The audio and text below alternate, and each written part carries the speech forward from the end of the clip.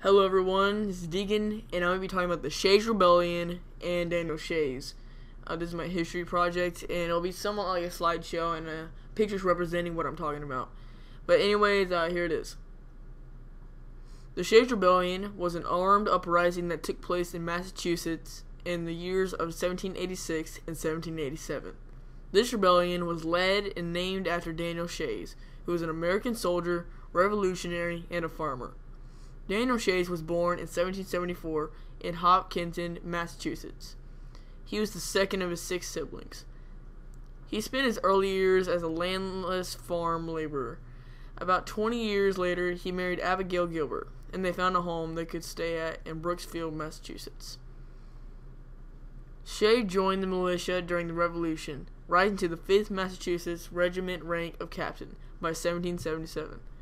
He fought at the Battle of Bunker Hill and at the Battle of Lexington, and later at the Battle of Saratoga. He was wounded during the war, and it forced him to resign from the military. When he returned home from the war, he had taken notice that his fellow veteran friends and farmers were in the same financial situation he was in. Shay and the veterans went against the fact of them being poorly treated. Several years later, all the petition stuff and conventions in Boston failed, so they took a new kind of action. Shay became one of the several who took command of units of rebels.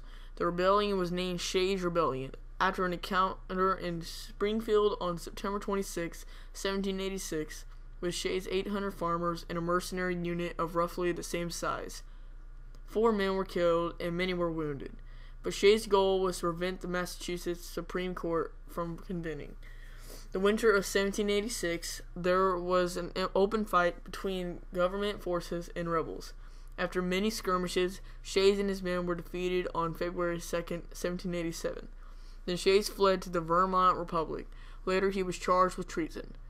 He petitioned for amnesty in February 1788, and John Hancock on June 13th signed and granted the petition. Shays then moved and settled in New York. Many years later, he died in Sparta, New York, at the age of 78. Thank you everybody for listening, and that was my report on Daniel Shays.